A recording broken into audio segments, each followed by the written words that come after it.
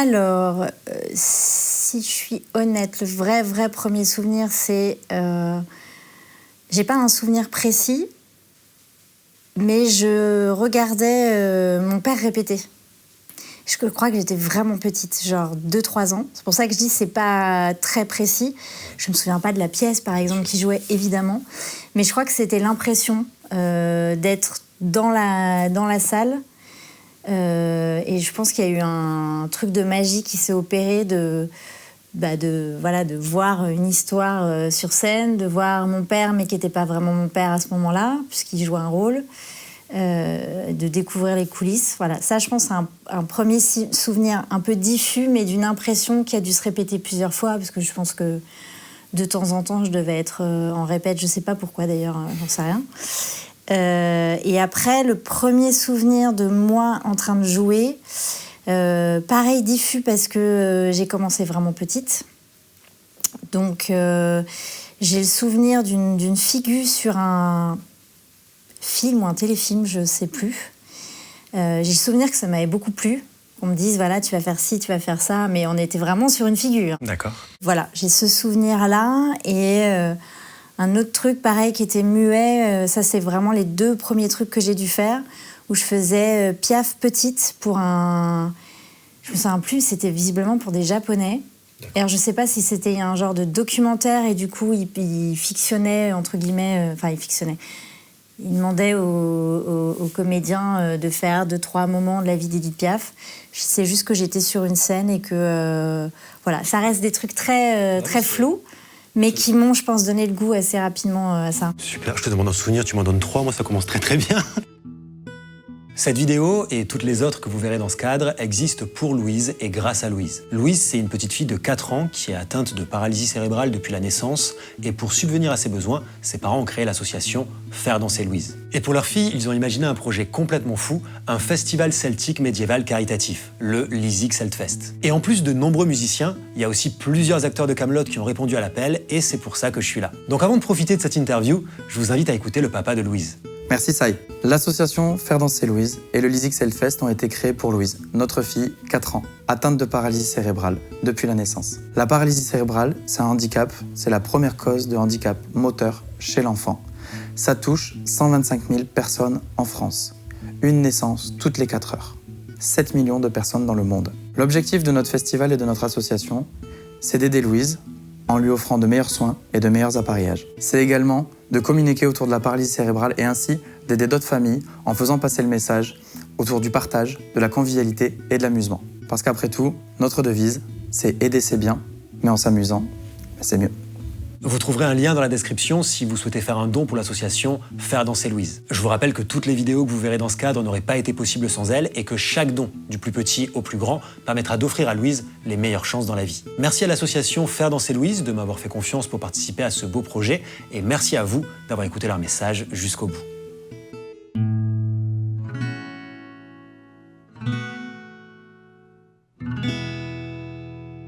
Toi, tu as fait passer un casting pour Kaamelott, contrairement à beaucoup d'acteurs qui sont des proches d'Alexandre Astier, surtout au départ.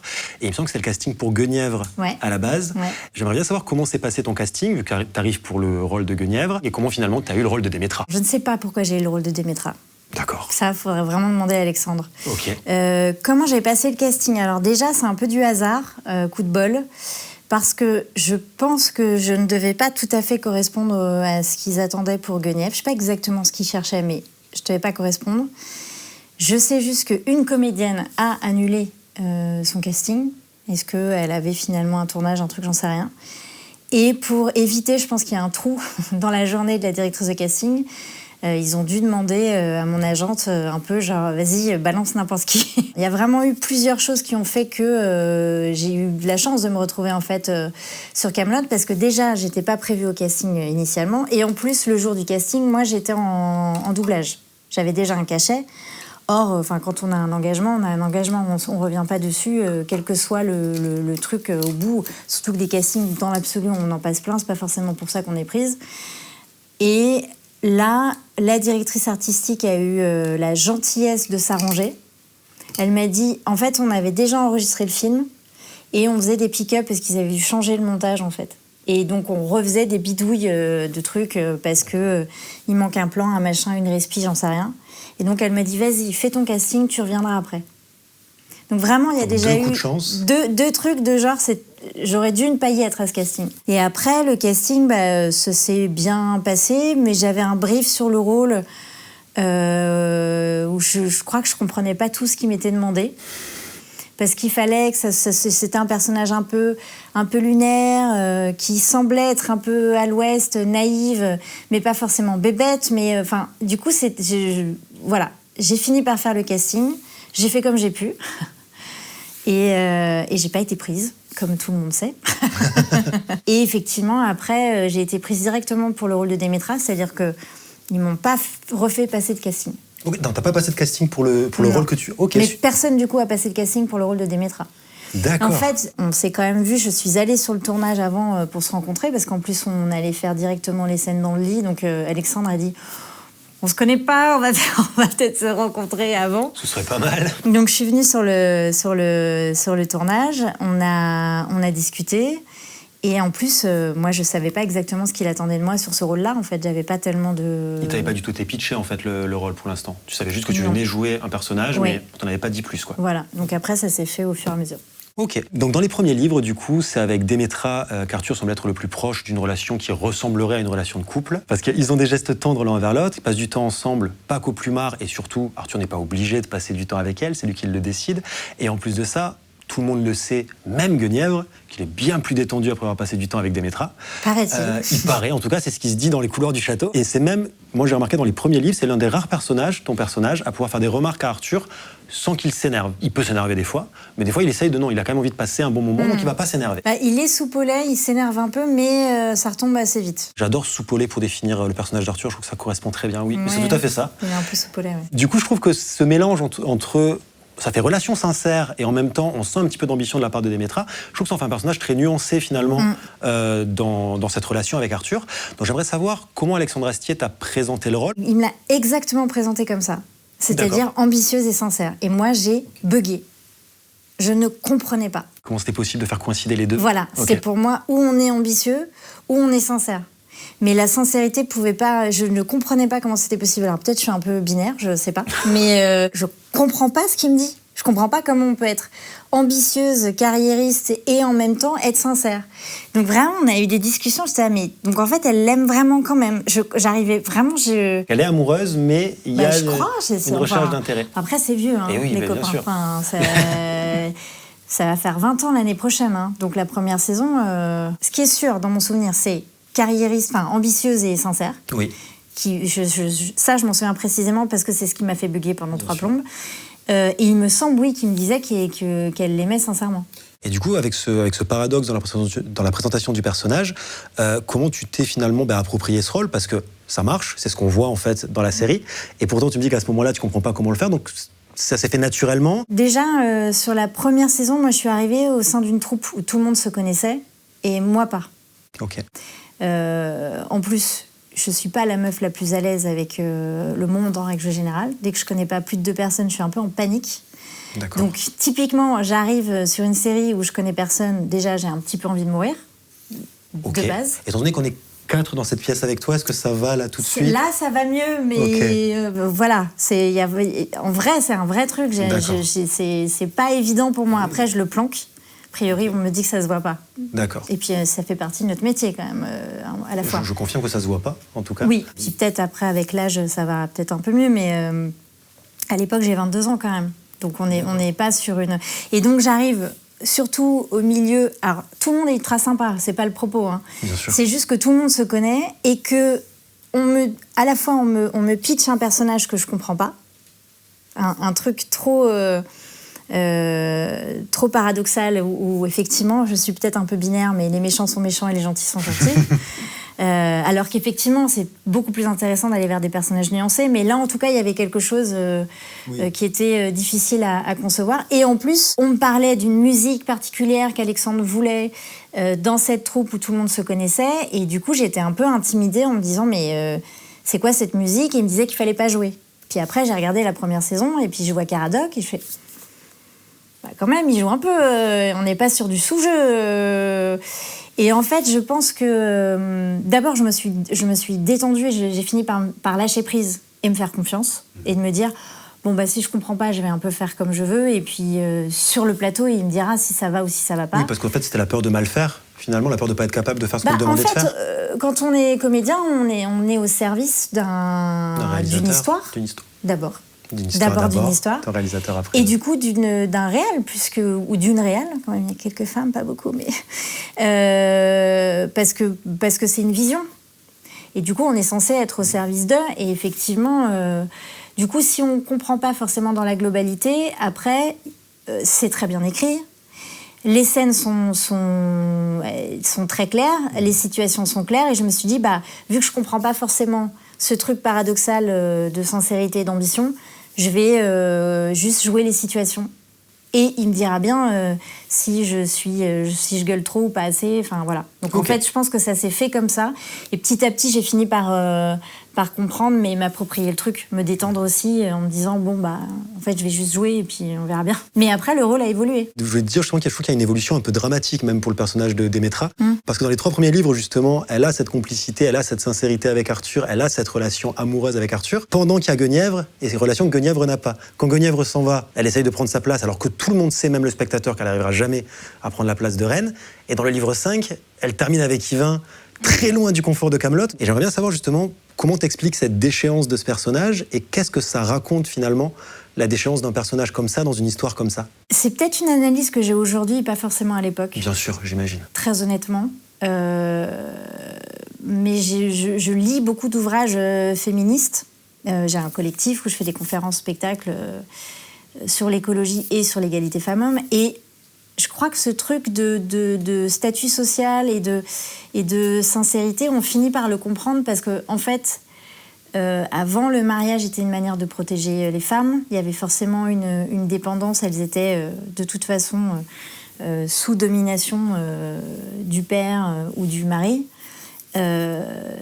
Et du coup, je crois que c'est plus facile à comprendre maintenant avec ce recul-là, parce qu'avec un regard contemporain, on va pas forcément comprendre ce truc-là. Mais les mariages arrangés, c'était la seule manière, en fait, de s'en sortir. D'où le fait qu'on pouvait finalement... Et c'est là, peut-être... Alexandre aurait dû me l'expliquer via un biais féministe à l'époque, j'aurais peut-être mieux compris. Mais en tout cas, c'est quelque chose avec l'âge que je comprends plus. Peut-être qu'aujourd'hui, on me dirait « elle est ambitieuse et sincère ». Je pense que j'aurais plus de facilité à comprendre aujourd'hui. C'est une ambition nécessaire, en fait. Du coup, pour moi, je le vois pas comme une vraie ambition, je le vois comme un truc de survie. À l'époque, on est femme, la seule manière de s'en sortir, c'est via un mariage. Ou via, en l'occurrence, une relation. Ce qui n'empêche pas d'être sincère au final. Et oui, il y a un truc assez dramatique avec le personnage de Démétra, mais il y a aussi un truc dramatique parce qu'il y a une forme d'abandon. En fait, sur les premières saisons, elle est toute seule. Et elle est la femme choisie, hors mariage, hors obligation. Oui, Arthur n'a pas choisi Guenièvre, mais il a choisi Démétra. Oui, sauf qu'après, il en a choisi plein d'autres. Et du coup, oui, en tant que femme, on se dit, ça doit quand même être assez terrible, en fait. Il y a certainement une peur de l'abandon et puis une peur de se retrouver... peut-être à nouveau, alors c'est là où il y a ce truc d'ambition peut-être qui, moi, me parle pas du tout, qui est d'avoir peur de perdre en niveau social, en statut, etc. Et qui, effectivement, je pense que le personnage de Démétra a évolué vers un truc un peu de pouvoir et de statut social et de clinquant, peut-être. Mais, oui, il y a aussi un truc de survie, en fait, c'était comme ça à l'époque. De réalité de l'époque, en fait, tout simplement. Tu as commencé à en parler un peu, parce que en fait, si je te pose cette question, c'est parce que je sais qu'à côté de Kaamelott, tu es quand même assez engagé dans ce que tu fais, et tu fais notamment partie d'un collectif qui s'appelle Aux Arbres Citoyennes. Oui, merci d'en parler, avec mes copines. C'était très important d'en parler, parce que du coup, vous parlez notamment de l'égalité femmes-hommes et aussi du climat. J'aimerais bien savoir, déjà, que tu nous parles de ce projet, que tu nous le présentes. Avec plaisir. Et aussi que tu m'expliques un peu en quoi, selon toi, l'art, c'est finalement un outil, je ne sais pas quel mot tu mettras derrière, ça peut être formidable, ça peut être essentiel, ça peut être nécessaire, j'en sais rien, mais pour défendre ces causes-là. Tous ces mots-là, en fait, il y a une urgence indéniable. Et moi, ça me fascine toujours quand je vois les gens, on a limite l'impression que c'est « Ah, tu fais ça, mais c'est pas ma planète ». Enfin, en fait, on est tous sur la même planète et il y a tous... Enfin, il y a une forme de déni qui est terrifiante, je trouve. Et il y a une vraie urgence. Alors après, évidemment, il ne s'agit pas de faire la morale, il s'agit juste de répondre à cette urgence, en fait. Comme il y a une vraie urgence à essayer d'atteindre, on n'y est vraiment pas, mais d'essayer de faire une transition vers un monde plus juste. En fait, c'est vers un monde plus juste et plus sain et plus vivable pour tout le monde. Donc tout est lié. Les luttes de classe, l'égalité femmes-hommes, tant que des femmes mourront sous les coups de leur conjoint ou ex-conjoint, on ne peut pas atteindre une société qui est juste et qui est... Alors moi, en tout cas, je trouve ça difficile d'être heureuse, même pour un bonheur personnel et égoïste, en étant dans une société où on voit justement des femmes mourir, des gens dormir dans la rue et par 50 degrés. Enfin, c'est quand même c'est chaud, quoi. J'avoue qu'il y a des moments où je suis obligée de faire des pauses parce que quand je me lève le matin et que je vois les publications d'Andrea Bescon ou d'Hugo Clément, j'ai un petit peu envie de crever. L'actualité peut être très vite oppressante. C'est ça, et en même temps, on ne peut pas être dans le déni. Donc oui, faire ces conférences-spectacles sur ces sujets-là, c'est une manière d'être proactif, de participer et d'aider les gens à aller vers une transition, parce que c'est possible en fait de faire des choses, de prendre conscience. Pour les femmes, au-delà de dénoncer des trucs, c'est génial aussi, ça donne l'impression de reprendre du pouvoir, d'avoir plus de place. C'est pas du pouvoir sur l'autre, c'est juste d'arrêter d'être écrasé en fait et de pouvoir prendre de la place. Sur les bancs des écoles de cinéma, c'est 50-50. Pourquoi il reste 25% de femmes réalisatrices, par exemple? Alors déjà, pourquoi? Et en plus, tant que les femmes ne sont pas aussi à l'origine des histoires écrites et réalisées, on continuera à avoir un male gaze. Et on continuera à avoir des séries, des films avec un regard masculin qui n'est pas toujours machiste ou misogyne, mais qui n'est pas très déconstruit non plus. Et on a aussi besoin de raconter d'autres choses. Là, en ce moment, moi, quand je propose mes projets de films en tant qu'autrice et en tant que réal, en ce moment, les diffuseurs disent oui, mais bon, les parcours de femmes... Mais je raconte une histoire, en fait. Quand on vous présente un film avec des hommes, on se dit pas c'est un parcours d'homme, on se dit que c'est une histoire. C'est-à-dire que tu racontes une histoire d'un personnage principal féminin. Oui, bah oui. Et au lieu de te parler de l'intrigue de cette histoire, c'est directement catalogué parcours de femme. C'est parcours de femme, déjà, d'une part. Et d'autre part, par exemple, sur ma série, il se trouve qu'à un moment donné, on parle de viol, mais justement, ça n'est pas du tout le sujet principal de la série. Ça parle des droits des femmes, en gros, en France, des années 50 à nos jours, et ça se passe sur 3 périodes différentes. Et justement, ce qui m'intéressait, c'était de ne pas en faire l'histoire principale, mais d'en faire un rebondissement dramaturgique. Parce que ça se passe tous les jours, en fait. Mais parce que c'est toutes les 7 minutes en France. Et quand j'entends que les diffuseurs disent « Ah ouais, mais on en a marre du viol », alors déjà, les femmes en ont marre des viols en règle générale, et pas que les femmes, il y a aussi des hommes et des petits garçons et des petites filles qui sont violés, mais globalement, c'est les femmes. On en a tous marre, et en fait, ça fait tellement partie du quotidien, malheureusement, ça touche tellement de femmes, que oui, ça paraît pas inintéressant de se dire, sans forcément que ce soit le sujet principal du film, que ça arrive. Parce que ça arrive. Et c'est fou, en fait. Et tant que les femmes ne sont pas à la réalisation et à l'écriture, il n'y aura pas un renouveau d'autres propositions d'histoire. Enfin, pour moi, ça me semble super important. Et vous avez fait le choix, du coup, de faire des conférences spectacles, c'est-à-dire, en fait, que... donc, j'imagine qu'il y a un vrai côté divertissement, vu qu'il y a le mot spectacle, mais c'est vraiment informatif. Dans ta tête, du coup, quand des gens viennent vous voir en conférence spectacle, est-ce qu'ils ressortent avec des infos sur la situation, des outils pour faire mieux? Les deux, est-ce que c'est quelque chose qui permet de sensibiliser et de prévenir? Est-ce que c'est quelque chose qui amène des solutions ou des pistes de solutions? Comment tu le vois, cet outil, finalement, dans tout ça? C'est tout à la fois, tout ce que tu viens de dire. Du coup, je vais le faire en 2 fois, comme ça je peux essayer de répondre à ta première question. Pour moi, l'art, c'est forcément pour raconter des choses. Alors après, on a le droit de faire de la grosse comédie qui tâche. J'adore ça aussi, ça m'amuse. Je suis très friande de ça. Enfin, j'adore Top Secret, ça me fait mourir de rire. Et pour le coup, on n'a vraiment pas de fond. C'est vraiment que des gags et de la parodie. Moi, je suis friande de plein de trucs en tant que spectatrice. Moi, en tant qu'autrice et réal, j'aime bien mélanger. C'est-à-dire que j'aime bien s'il y a de la comédie qui a un fond, social, engagé, politique, que ça dénonce les trucs, sans forcément le surligner. Mais l'idée, c'est de dire, si je peux faire rire les gens et qu'en sortant, ils se disent « Ah, quand même, c'est marrant parce que quand il y a eu ça, ça me fait penser à ça ». Moi, j'aime bien l'idée qu'on fasse rire tout en faisant réfléchir discrètement, ou qu'on amène des émotions, qu'on fasse pleurer. Mais voilà, il y a une notion de mettre au service ce qu'on fait pour à la fois faire ressentir des choses aux gens, parce qu'en fait, on fait quand même ce métier pour ça, on raconte des histoires pour ressentir des choses, et que derrière, ça fasse bouger les lignes, en fait.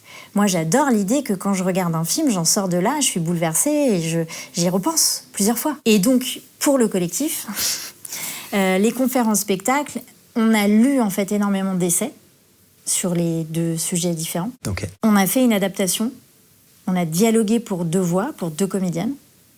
Et l'idée, c'est qu'on a des parties très informatives avec des chiffres, un peu pour faire un état des lieux de la situation, histoire que les gens, quand ils viennent voir ces conférences spectacles, se disent « Ok, donc en fait, effectivement, il y a ça qui se passe, voilà les vrais chiffres, c'est hardcore et c'est la réalité. » Et à la fois, effectivement, on essaye de proposer des solutions. Alors, c'est plus facile de proposer, entre guillemets, des solutions pour l'écologie dans sa vie quotidienne. Parce que des solutions pour l'égalité femmes-hommes, déjà de dire arrête de taper sur ta conjointe, en fait, c'est faire un travail psy.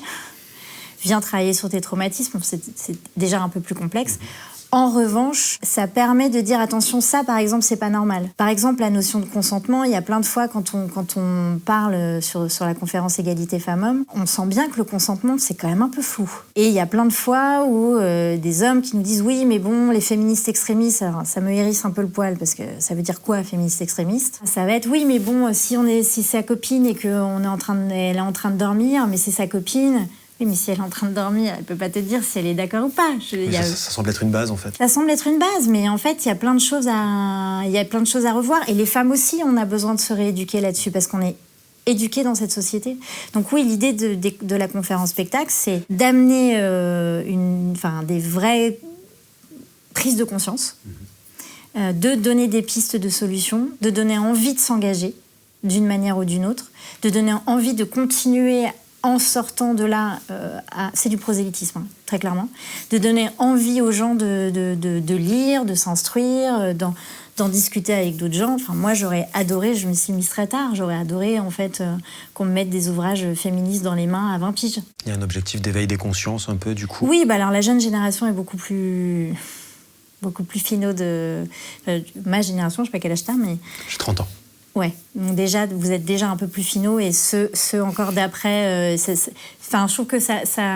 Vu que les changements arrivent progressivement, mais on les vit plus tôt finalement. Voilà, je trouve que c'est hyper positif et en ça, je trouve que les jeunes femmes d'aujourd'hui, c'est incroyable, elles sont beaucoup plus éveillées. Moi, j'y suis arrivée très tard. Mais voilà, je trouve que c'est positif. Après, il faut que ça aille plus vite. Et l'idée, c'est que les gens ressortent avec une envie de bouger les choses. Voilà. C'est ça notre envie.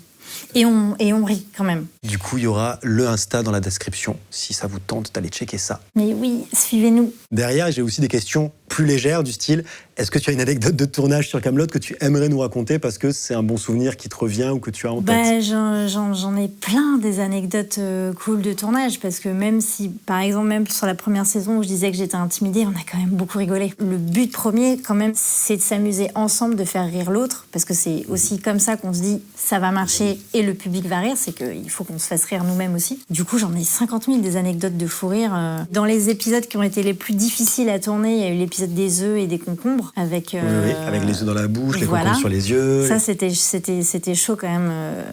Alexandre avait de quoi cracher parce qu'en fait, il y avait des trucs dans la bouche. Donc, même sur l'articulation. C'est ça. Donc ça, on a eu énormément de mal à la faire. Je suis pas sûre qu'on ait fait une seule prise. Ça a été très tronçonné phrase par phrase parce qu'on n'y arrivait pas. On était sur maximum 2-3 phrases d'affilée, mais on pouvait... D'accord, ah ouais. Et donc il y a eu cet épisode-là. Et puis après, j'ai pas beaucoup vu énormément les autres copains du casting parce qu'en fait, on était toujours avec les mêmes comédiens et comédiennes. Mais voilà, la seule fois où j'ai tourné avec Thomas qui fait Lancelot, gros fou rire, ça a été très compliqué pour la tournée. La fois où j'ai tourné avec Merlin, j'ai cru que j'allais jamais en sortir indemne. À chaque chambon, j'ai cru comprendre, oui, que sur les tournages... C'est ça. Moi, je suis très, très rieuse en plus. Je suis ultra cliente et très, très rieuse. Donc, c'est compliqué pour moi, ce genre de truc. Et je pense que le plaisir qu'on a pris à tourner, c'est vu, en fait.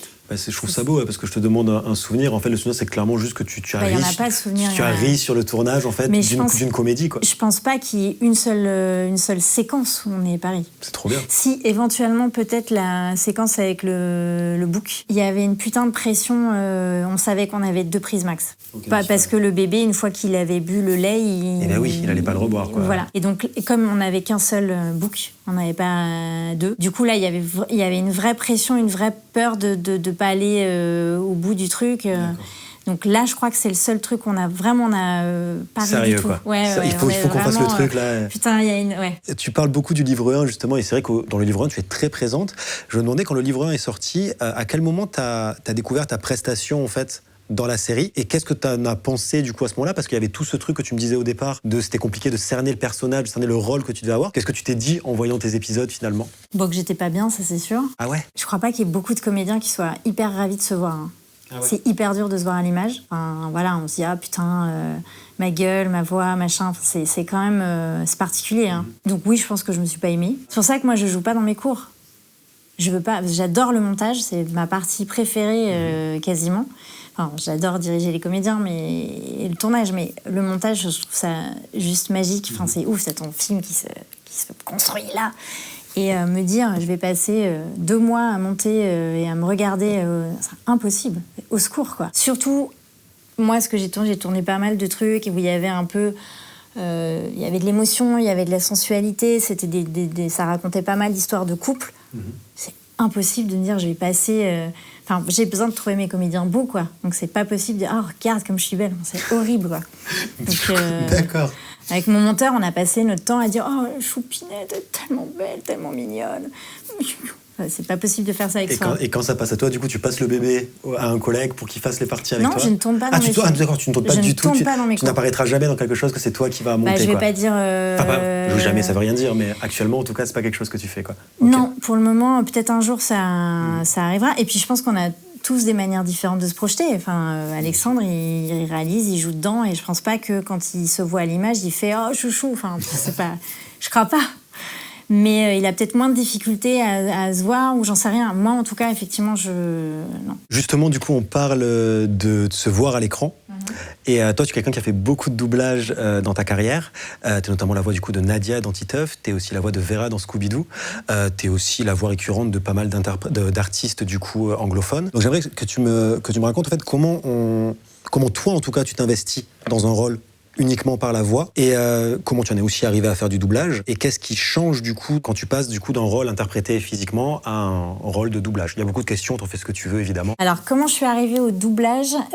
Tout simplement parce que je tournais quand j'étais petite, et qu'on a eu une grande mode, enfin c'est pas une mode mais c'est logique, c'était les femmes qui faisaient les voix des enfants, petite fille ou petit garçon. Et est arrivé un moment où les clients des séries en avaient marre et avaient envie d'avoir des vrais enfants. Et c'est vrai que depuis, ça devait être dans les années 90, depuis, ça arrive de temps en temps que ce soit des femmes qui fassent des petites filles ou des petits garçons, mais la plupart du temps, en fait, on emploie vraiment des enfants. Ce qui est assez compliqué à mettre en place pour plein de raisons. Il y avait aussi à l'époque, c'était parce que ça allait plus vite, parce que c'est des comédiens professionnels, donc quand on les dirige, ça va plus vite pour avoir ce qu'on veut en termes d'intention, etc.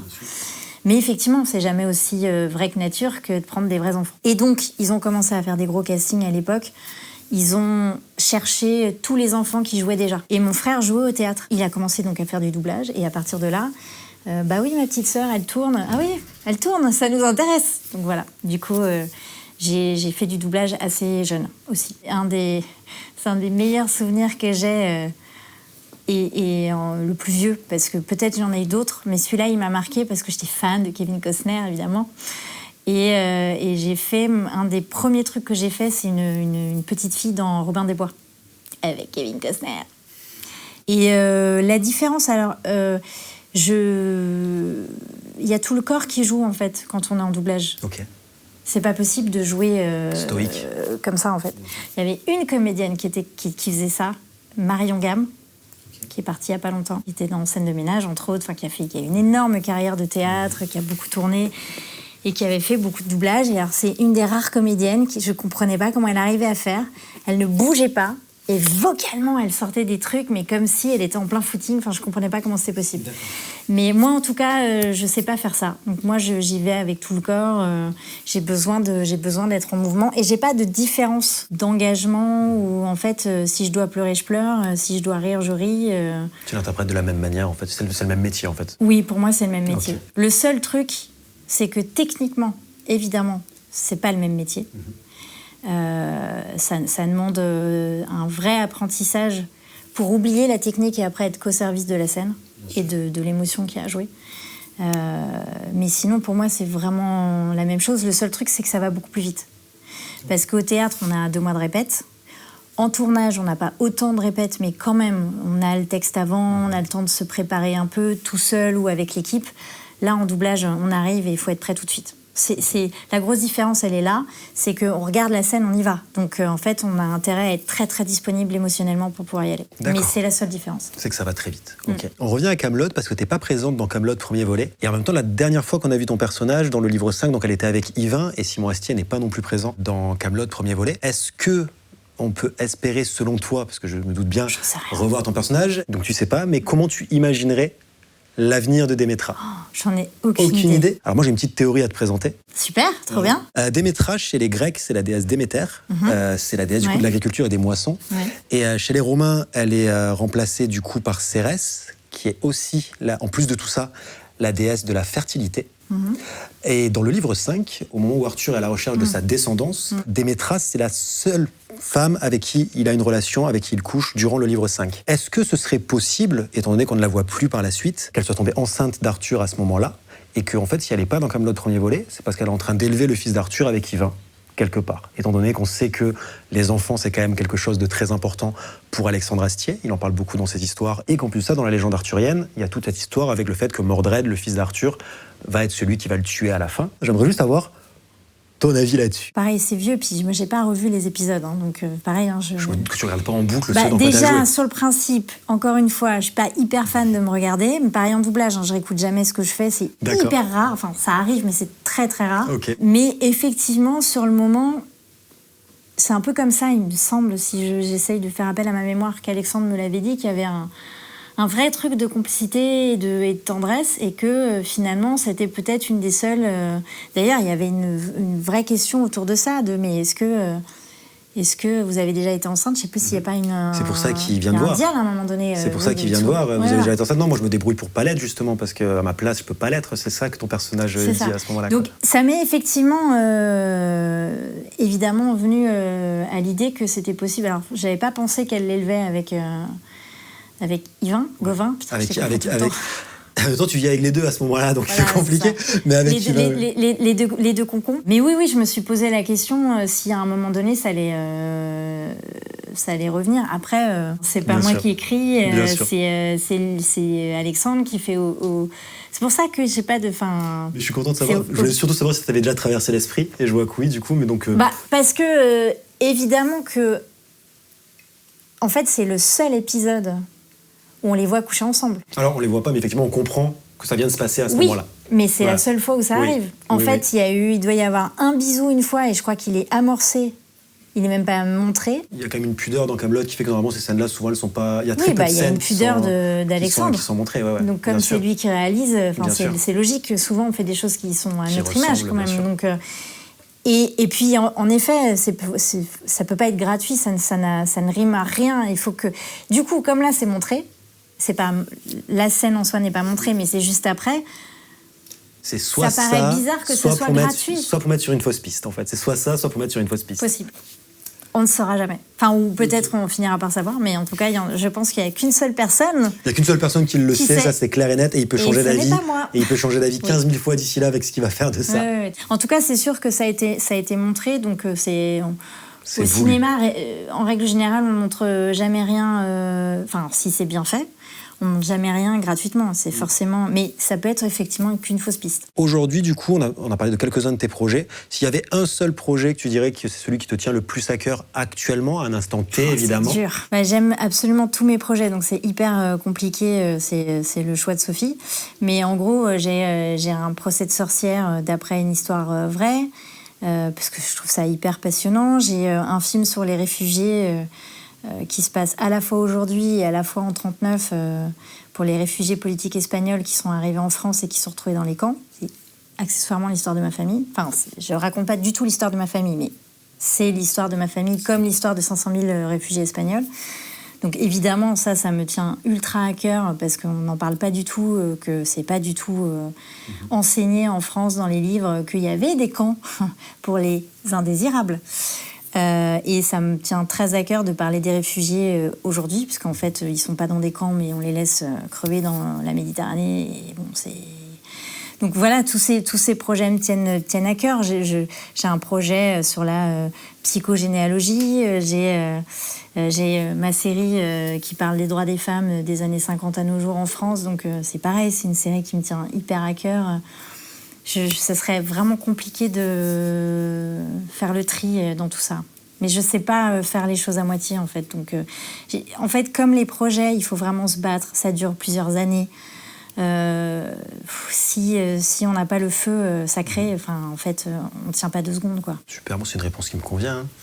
Voilà. Que tous tes projets te tiennent à cœur. Et donc, du coup, aujourd'hui, on est tous présents au Lysique Selfest pour l'association Faire danser Louise, du coup, qui est une association pour une petite fille qui est atteinte de paralysie cérébrale depuis sa naissance. Et j'aimerais savoir pourquoi c'était important pour toi d'être présente aujourd'hui. Moi, j'ai suivi le mouvement parce que c'est Beau qui m'a parlé de Louise et de ses parents, et dans l'idée de l'aider elle et aussi d'aider tous ces enfants qui, justement, visiblement, il n'y a pas de centre en France, ils sont obligés d'aller dans des pays frontaliers pour trouver des soins adaptés. Voilà, en gros, en France, de toute façon, on n'est pas hyper fort sur tout ce qui est éducation, handicap, etc. Et globalement, j'essaye de m'impliquer et pas seulement donner de l'argent. Il faut donner de l'argent et c'est très bien. Mais moi, j'ai besoin, en tout cas, pour être un peu cohérente, de temps en temps aussi d'y mettre du temps. Parce que je trouve ça important. Donc c'est vrai que de temps en temps, je donne du temps pour des assos. Et là, en l'occurrence, je trouvais chouette leur projet qu'ils avaient, c'est-à-dire vraiment d'être très concrètement sur lever des fonds pour Louise parce qu'ils en ont besoin. Et effectivement, ils m'ont expliqué que voilà, entre le public et le privé, il y avait une différence énorme de qualité de soins, de rapports humains. Donc ça semble important de donner une vraie possibilité d'évolution, d'aide, de soutien. Et encore une fois, j'aimais l'idée que ce soit pour Louise, mais pas que. Parce qu'il y a visiblement plein d'autres enfants qui sont atteints de cette maladie. Et ça vaut le coup d'essayer de lever des fonds et de mettre un coup de projecteur pour que les gens connaissent cette maladie et puis du coup qu'il se passe des choses, en fait. Encore une fois, l'idée, c'est toujours de mettre du mouvement. Et du coup, si on peut faire partie, comme ça peut pas être du H24, au moins de temps en temps filer un coup de patte, si c'est possible, en fait, il faut le faire. Merci d'avoir pris le temps de répondre à mes questions. C'était un vrai plaisir de t'avoir là aujourd'hui. Partagé. J'aime bien laisser le mot de la fin aux invités. Donc, ça peut être un mot, ça peut être une phrase, tu peux prendre le temps que tu veux. Évidemment, tu parles de ce que tu veux. Moi, voilà, je tiens à te remercier en mon nom. Je tiens à remercier l'association Faire danser Louise aussi, qui a créé cet événement et qui ont invité des gens et qui ont fait rêver les gens pendant un week-end. Je tiens à remercier mon équipe qui est présente et que les gens voient grâce à la caméra qui est juste là-bas. Et qui ont fait un super taf sur les interviews. Et je te laisse le mot de la fin.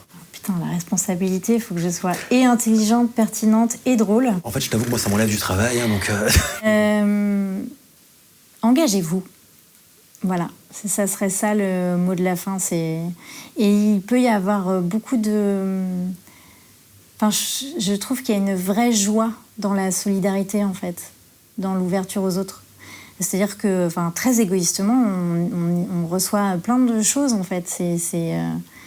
Et il n'y a rien de plus agréable et de plus savoureux que d'être utile à quelque chose, en fait. Et évidemment que juste raconter des conneries, c'est déjà utile, puisque ça fait rire les gens et qu'on a tellement besoin de rire. Mais c'est à la portée de tout le monde. En gros, voilà. Moi, je crois que l'engagement, c'est à la portée de tout le monde et que là, on a vraiment besoin de tout le monde. On ne peut plus faire l'économie de ça. On n'y arrivera pas si on... Déjà, on ne sait pas si on va y arriver. Je vais un peu plomber l'ambiance. Mais on ne peut pas faire cette économie-là. Il faut vraiment qu'on s'y mette tous. Sinon, il y aura des super feux au Canada. Non, sinon, ça va être ça tout le temps, non-stop. Et moi, je me dis, en tout cas, sinon, j'arrive pas à me lever le matin. C'est encore possible. J'ose me dire que c'est encore possible. Mais vraiment, il faut qu'on s'y mette tous. Engagez-vous. Merci. Merci.